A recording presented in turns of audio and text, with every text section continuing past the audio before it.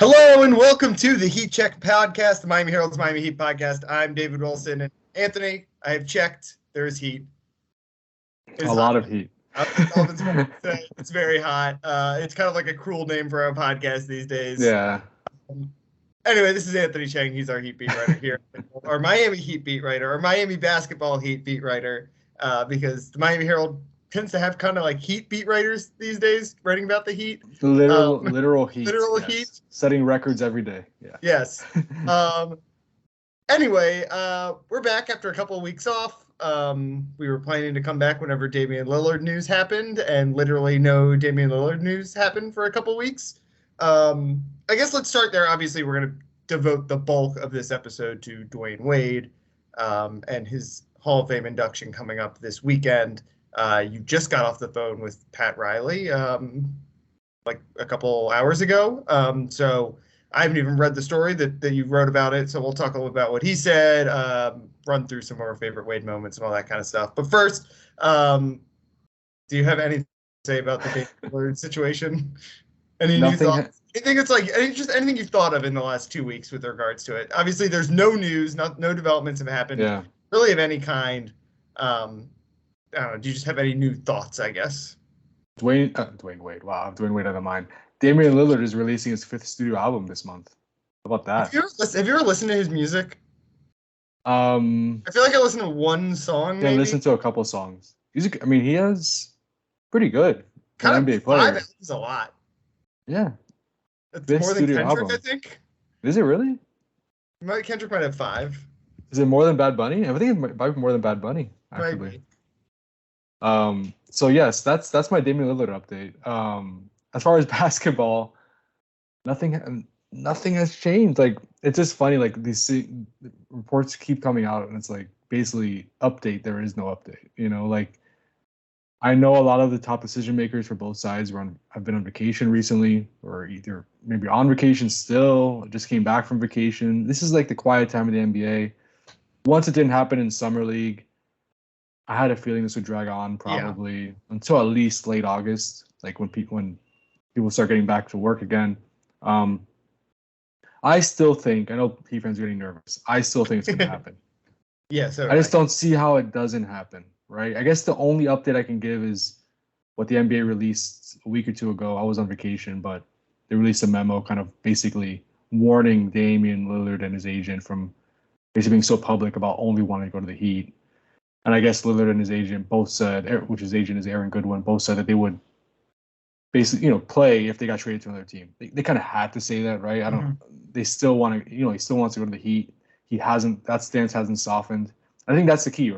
If he sticks to his guns, if Damian Lillard sticks to his guns about only wanting to be traded to the Heat, I think he ends up here still. And I think it happens before camp.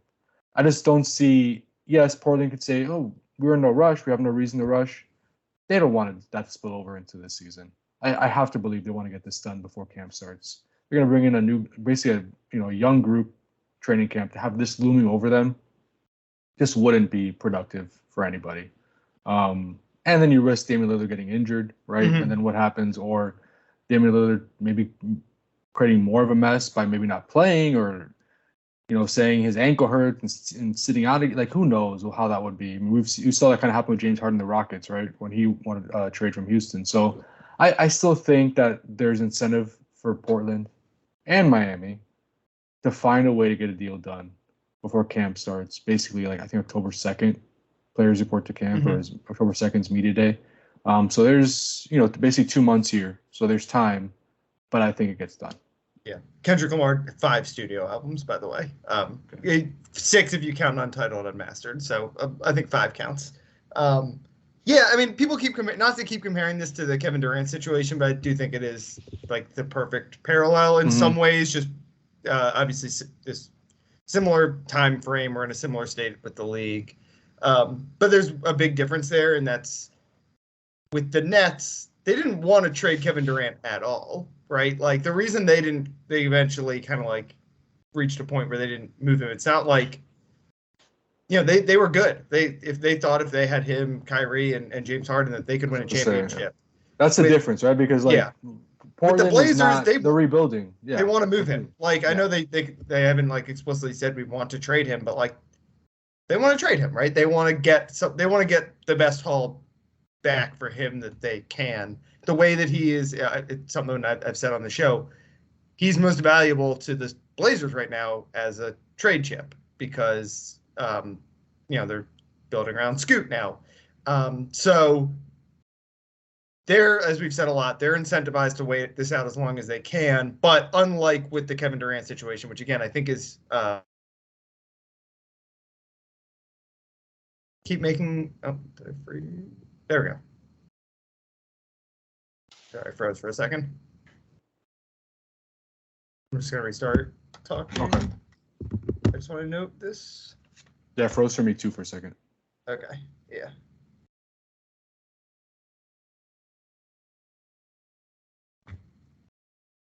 We keep comparing it to the Kevin Durant situation, and media people around the league I think do too, and that's the key difference is for the Blazers right now, Dame is most valuable as a trade chip, and for the Nets, they just never wanted to trade him, right? Because by holding on to him, the best way for the Blazers to become a title contender again is to get something good back for Damian Lillard that you can build around Scoot with. The best way for the Nets to become a title contender was to make it work with Kyrie, with Kevin Durant, and with James Harden. So, and then as soon as that situation fell apart, where it became most advantageous for them to move him, when the Kyrie thing went off the rails and James Harden wanted out, they moved on from him. So, yeah, I still think it comes to that eventually, right? If the only way, as you said, is if Damian Lillard softens his stance and says, I'll go somewhere else, because it's not like the Blazers don't, like, maybe they do, but they shouldn't want to start this year with him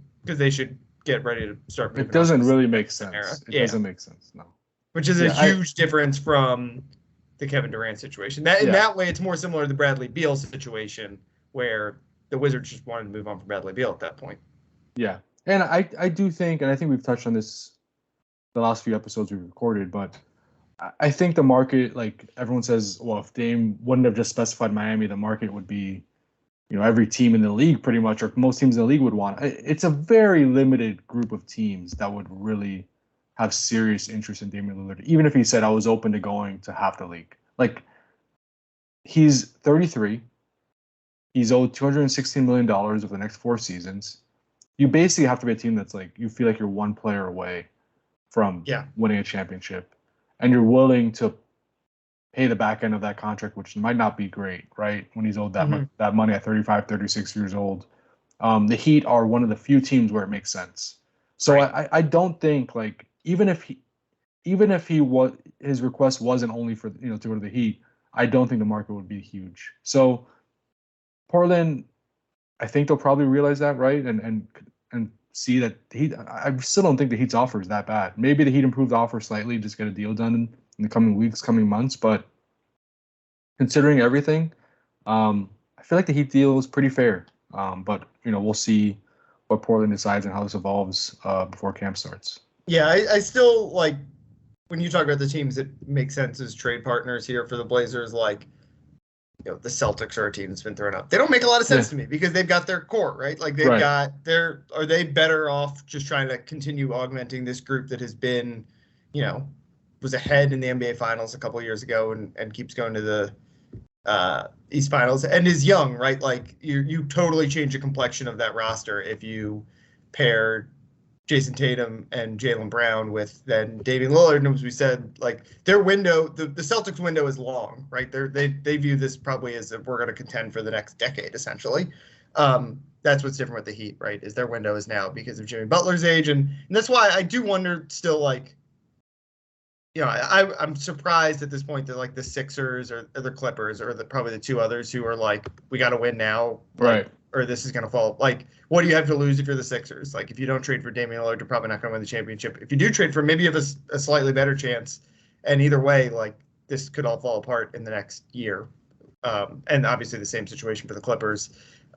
So there's nothing stopping the Blazers from the Sixers from making an offer and the Blazers accepting that offer. Like, sure. Dame might not be happy, but again, I don't think that again, the market just, there's a very, like you said, there's a very specific group of teams that it Right. makes sense for. I'm surprised that more teams other than the Heat haven't been involved, but like the Raptors, that made no sense to me. Like some of these teams that are thrown out there, like they were never going to be suitors, I don't think. Right. Utah. Yeah. Right. Like San Antonio. Like it just. OKC. Really, like none of those make sense. No. Like it makes sense. It has to be a team that's in a win now mode because, as you mentioned, that contract gets potentially really bad in the next couple of years. It's the same. It's the same as the Bradley Beal thing, right? Like the market wasn't huge for him. The Suns made that move because they're in a win now mode with an older Kevin Durant and not a whole lot of future assets to even work with. Like they had to go all in. Like they're another team that I'm sure would have been in this Dame situation if it was there. But that's one of the 4 or 5 teams in the league is off the table. Yeah, and Philly reportedly doesn't want to trade Tyrese Maxey, so that's kind of right. That ends the conversation unless they change that. That ends that conversation. And like, do the Clippers can't best the Heat's offer? I don't think, right? Like, I don't know what would even be in that trade. The Lakers, could they best the Heat's offer? Like, those teams don't have a whole lot of young assets. Right. Like, is Austin Reeves a better prospect than Tyler? Like, maybe with the contract because it's a pretty good contract, but like again, Tyler Hero's like his numbers are as good as you're going to get basically at this point for if you're the Blazers. So yeah, they're going to have to decide, do they want to hang on to him into the year? And I just don't think that makes sense. I agree. I think both sides, they'll find a way to get a deal done. That's my prediction, my hot take for this episode. A deal will get done before camp. Okay, let's switch gears to the best guard in Heat history from a guy who could be one of the best guards in Heat history if they get him. Dwyane Wade going to the Hall of Fame this weekend. As I said at the top, you talked to Pat Riley a couple hours ago. Where do you want to start? There's obviously a lot of different places we can start with Dwyane Wade. Yeah, I mean, this might seem like an obvious statement, but it was interesting to hear Pat Riley say it, that Dwyane Wade is the greatest player in Heat history. And he made sure to make to make clear, like his quote was, "That's not an insult to LeBron. That's just because of his longevity and the short term that LeBron was here. But just total package, like here for whatever 13 plus years, right? Leads the Heat in so many different important categories. Part of of each of the 3 championships. What he meant to the organization. He's basically one of the biggest reasons LeBron and Chris Bosh even came here in 2010. He's the greatest player in history. I don't think there's any doubt about that. He arguably the greatest player in South Florida sports history, maybe behind Messi at this point. I don't know. That's a good conversation to have. Maybe that'll be our next episode. Has Messi surpassed Dwyane Wade as the greatest athlete ever in South Florida history? But yeah, I just think this is a significant moment because yes, it was a formality that he was going to be a Hall of Famer, but to have somebody like Dwyane Wade and what he represents to this market going to the Hall of Fame, and like all of us are able to relive those iconic moments he produced and that era of like sports on here and it wasn't just the big 3, but just that era of Dwyane Wade, like that was a very, like for our generation, David, and I grew up here, it was a very formative like era and like for young sports fans in Miami and Fort Lauderdale. Like that is why there are so many Heat fans like in this generation of fans on here compared to Dolphins fans, because he basically showed us what winning was, right? Because the Dolphins weren't good. The Marlins were the Marlins. They won a World Series, but haven't been good for most of their history. So Dwyane Wade was kind of like the guy that was sports and was winning in Miami, during his time. Yeah, Alonzo Mourning was the first Heat Hall of Famer, but Dwyane Wade is the first like upper echelon all time guy, right? Like Alonzo Mourning was obviously great, but never even went to a finals, right? Like they were never like a real contender, I guess. They were very good teams. Went to some East finals with him, but Dwyane Wade was, he's in the list of like the best guys of all time, or if you want to make that cutoff, he's on it. Yeah, he's a top 75.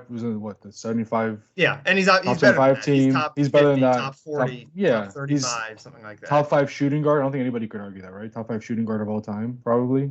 I would put him 3. Honestly, I would put him. I don't want to say if I put him 2 because I don't want to get anybody upset. But you could even argue he could be second. If you look at the numbers, he could be second. But yes, I think he's at least 3 behind Michael and behind Kobe. So it's not that he's the best. He's one of the best players of all time. Yeah. And he was the first iconic, like you said, like every team in the league has an Alonzo Mourning, right? Has at some point in their career they've had a guy who was like Hall of Famer. You know, they built a big fan base around that, right? Like he's a really important guy, but as you mentioned, like Dwyane Wade built a fan base essentially, and there's only so many players who can do that. A lot of franchises. I grew up rooting for the Wizards. They've never had anyone close to that. Like they've gone from Alonzo Mourning to Alonzo Mourning, basically, right? Like throughout, and usually worse than that. But a lot of franchises have not had a guy like that. And yeah, in some ways, he's definitely on the list of like the 5 to 10 most important sports figures in South Florida, right? Like it's hard to this is a good place probably to pivot to what Pat talked about today. He's so tied to Pat Riley, I think, in some ways in terms of like who's the most influential person in Heat history. But he's on that, like it's obviously Shula, Riley, Messi, Marino, a couple came, Jimmy Johnson, maybe Schnellenberger.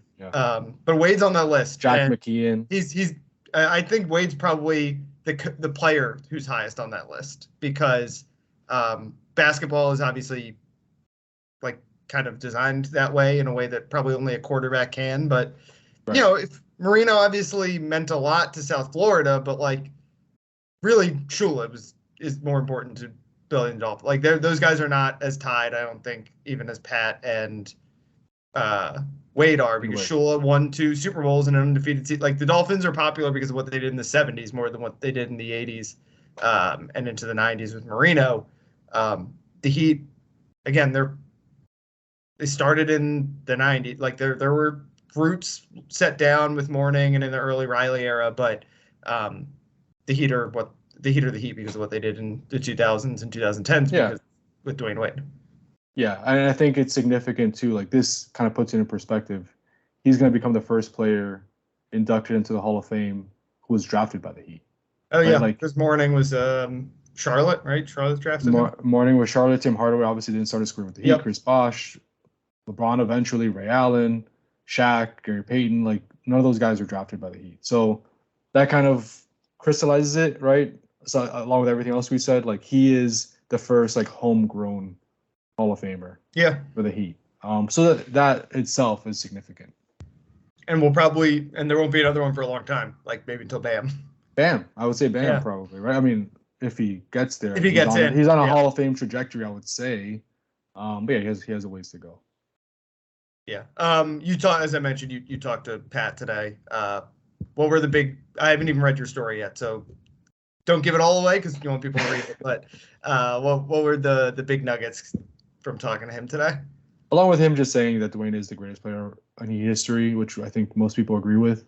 He went deep into kind of that period of time where Dwyane left in 2016, spent a year with Chicago, then went to Cleveland, then returned. Like just that whole kind of gap period in Wade's Heat career, and just kind of commending Dwyane for being mature enough to kind of get past that, right? And like not holding a grudge against the Heat.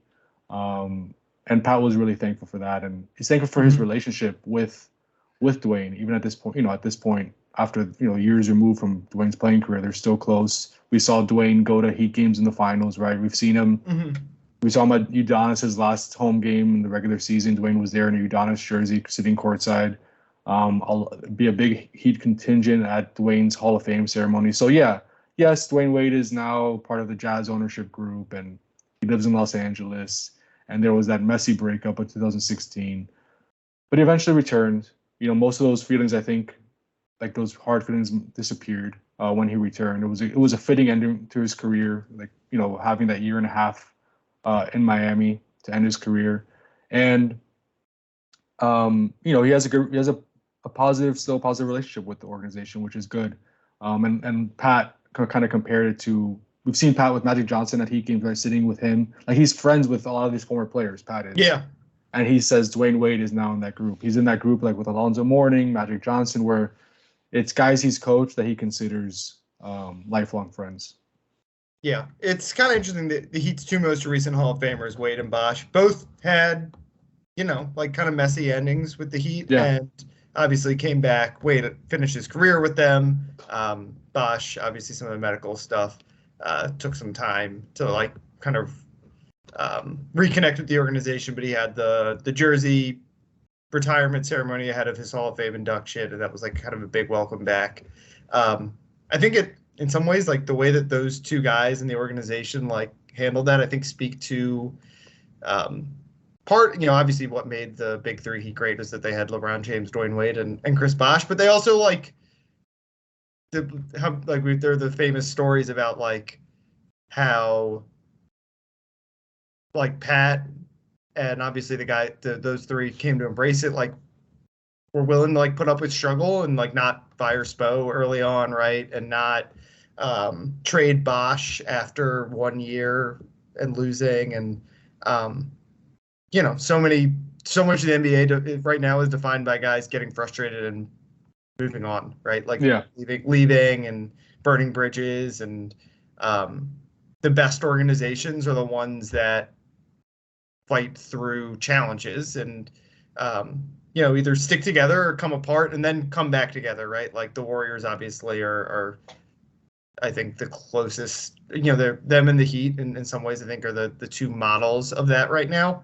And those two guys who, some guys could have held a grudge forever, but that's just the way the Heat kind of operate, right? Is like sometimes it's not going to go. It's not always going to be smooth, and those two guys, I think, embodied that a little bit. Even though Pat Riley, I know, like regrets ever letting Dwyane Wade leave, and kind of feels like he maybe like mistreated him a little bit by stringing him along. So he said he didn't say it today, but when I talked to him a few years ago for the story I wrote about the end of Dwyane Wade's career, he said Pat said he would never forgiven himself if Dwyane didn't come back. Like he would have regretted that forever. So I think the fact that he came back and they were able to have that ending, kind of helped, maybe ease some of the regrets Pat would have had.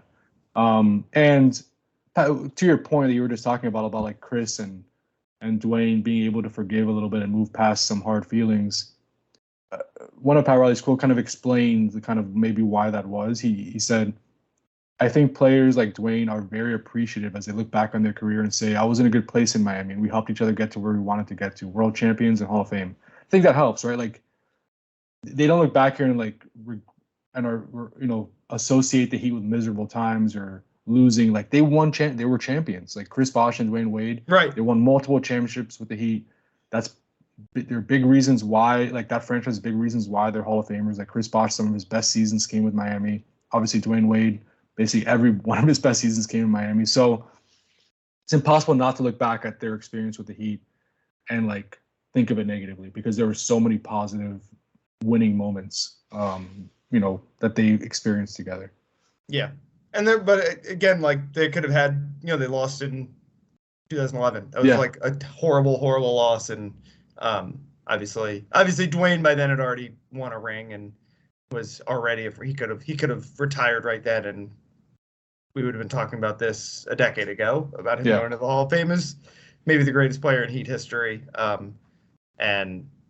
they shook off a loss, came back, and were better for it. Should we wrap things up by just running through some favorite Dwyane Wade moments? I'm sure everyone has a similar list, but you wrote a story this week running down 10 of your favorite plus a bonus one.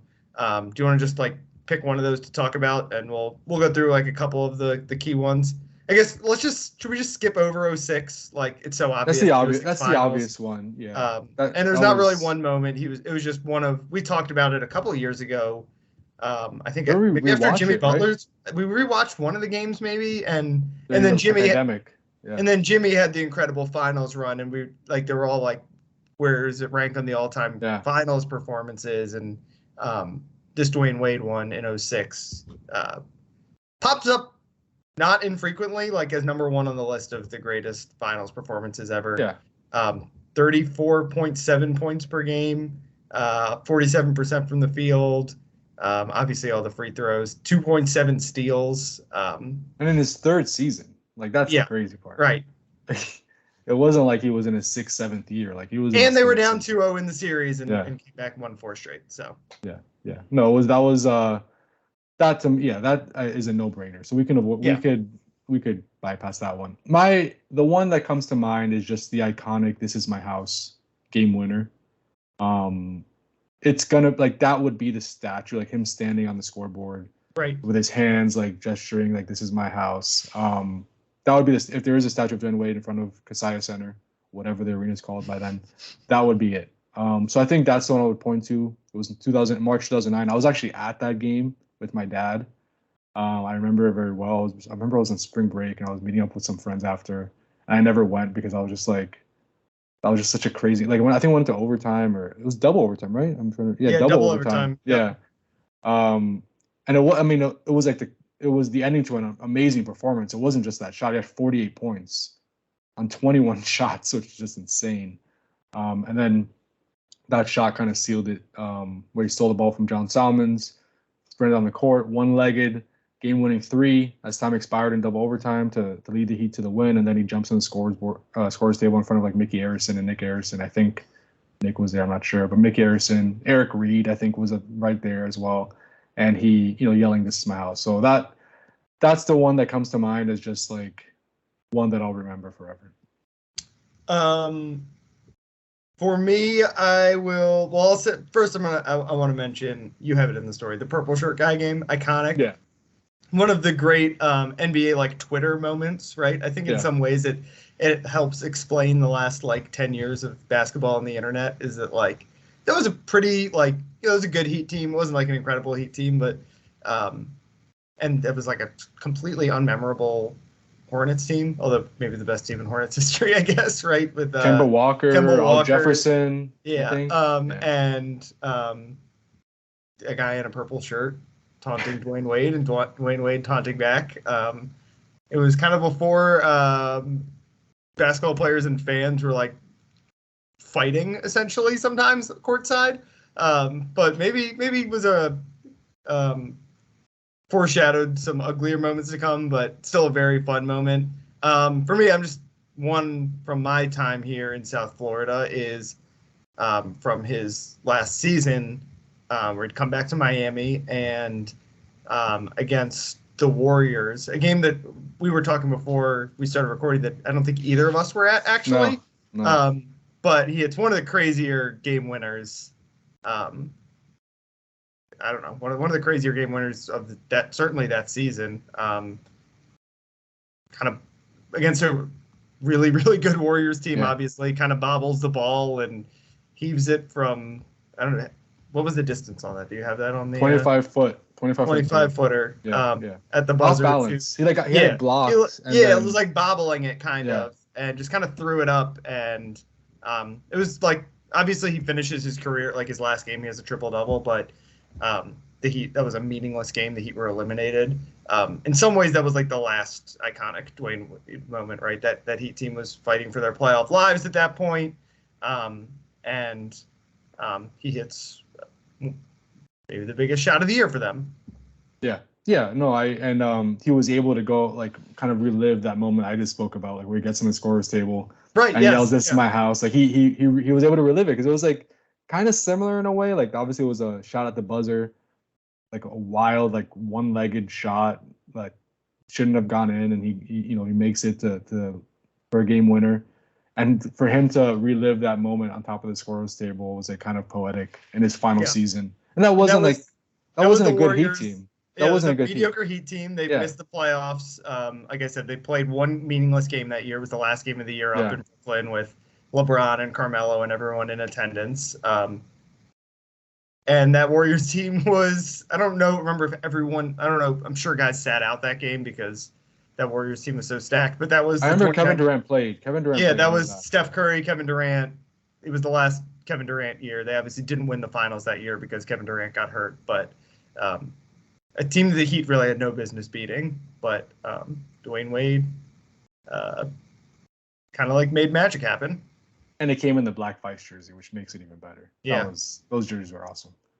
Also, another one from that season. Not a moment necessarily, although it might even. I wonder if it's still the Herald Sports header on Twitter. Oh yeah, the picture. I think it is. Is that his last? It must be his last home game, right? That was his last home game. Yeah. Where I don't remember if he shoots a three from the corner. Yeah, it is the Herald Sports header on Twitter. And kind of gets knocked into the crowd and lands on top of John Legend and Chrissy Teigen.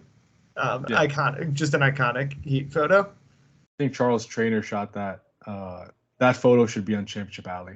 It should be, honestly. Why isn't it? I don't know, but it's a great photo. I hope the Herald never takes it away. Changes its banner because that is a great photo. Any other ones you want to shout out?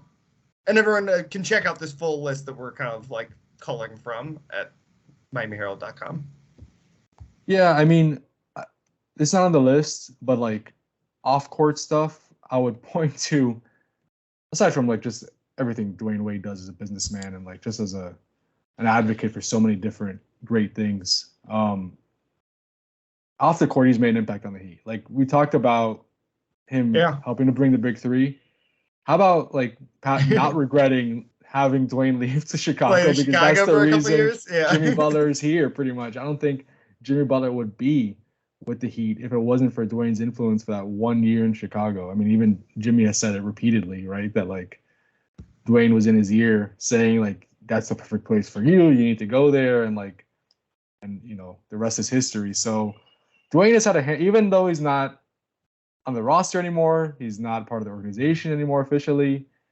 He has, his fingerprints all over this current roster because, probably a top 5 Heat player of all time at this point, Jimmy Butler, right? Yeah, I think definitely. we could probably say that is here because of Dwyane Wade. So that's another one I think, I wouldn't say it gets overlooked, but it isn't probably mentioned enough. Yeah. Yeah, the Heat's strange Marquette / Tom Crean connections are all due to Dwyane Wade. Yeah, no, his influence on the organization is like just so undeniable, and it will continue pretty much for the foreseeable future, right? Because there's so many players that are like grew up trying to be Dwyane Wade or Dwyane Wade was a favorite player, and that's one of the reasons why like the Heat are such an appealing spot because of what Dwyane Wade did and what he made the Heat into, what he helped make the Heat into. Donovan Mitchell's obviously a Cavalier, but he's been linked to the Heat so many times because his favorite player is Dwyane Wade, and Bradley Beal, same thing. All the jersey swaps that Dwyane Wade did in his final year, and all the different Twitter conversations those created, like that stuff continues. So Dwyane Wade's influence, with the Heat is forever. Yeah, and in South Florida, this year, 6 South Florida natives drafted in the NBA draft. Yeah, and good point. So like a couple of those guys, the Thompson twins actually grew up. Spent their early years in Oakland, and Tumani Kamara is a foreign guy who came to the U.S. But there's a link there certainly where basketball has grown in South Florida because of Dwyane Wade. Yeah, you just look. I mean, you're like Vernon Carey than I am, but Vernon Carey Jr. Like his dad who played for the Canes. Like, would he have been a basketball player if ever a football player if it wasn't for Dwyane Wade? I don't know. Yeah, no, I mean, you're closer to it than I am, but from what I've heard and from what there's even just seeing like names on the national stage from down here, high school basketball in South Florida is a lot better than it was 15, 20 years ago, I would say, right? Like, I don't think that's... And it's not all because of Dwyane Wade, but it's hard not to link the two a little bit. No, sure. I agree. And I think Jim Larrañaga said it a lot. Maybe not specifically about the Heat, but Well, I mean, specifically about Dwyane Wade, but just about the Heat's influence on like Right. basketball down here. It's changed some things. So I think the Heat and Wade deserve credit for that. Yeah. All right. I think we can close things out there unless you got any final thoughts on Dwyane Wade. You're not going up there, I assume, but you'll obviously be covering all the festivities from down here in sunny South Florida. Very sunny and hot South Florida. Yeah, exactly. All right, so we'll wrap things up there. We'll come back. I guess we'll probably come back next week to follow up some Dwyane Wade stuff. Maybe we'll have some Damian Lillard, but we're really in a holding pattern for the most part on this show. I guess we should close out, with just a little bit of personal news. You have news, David. Yeah.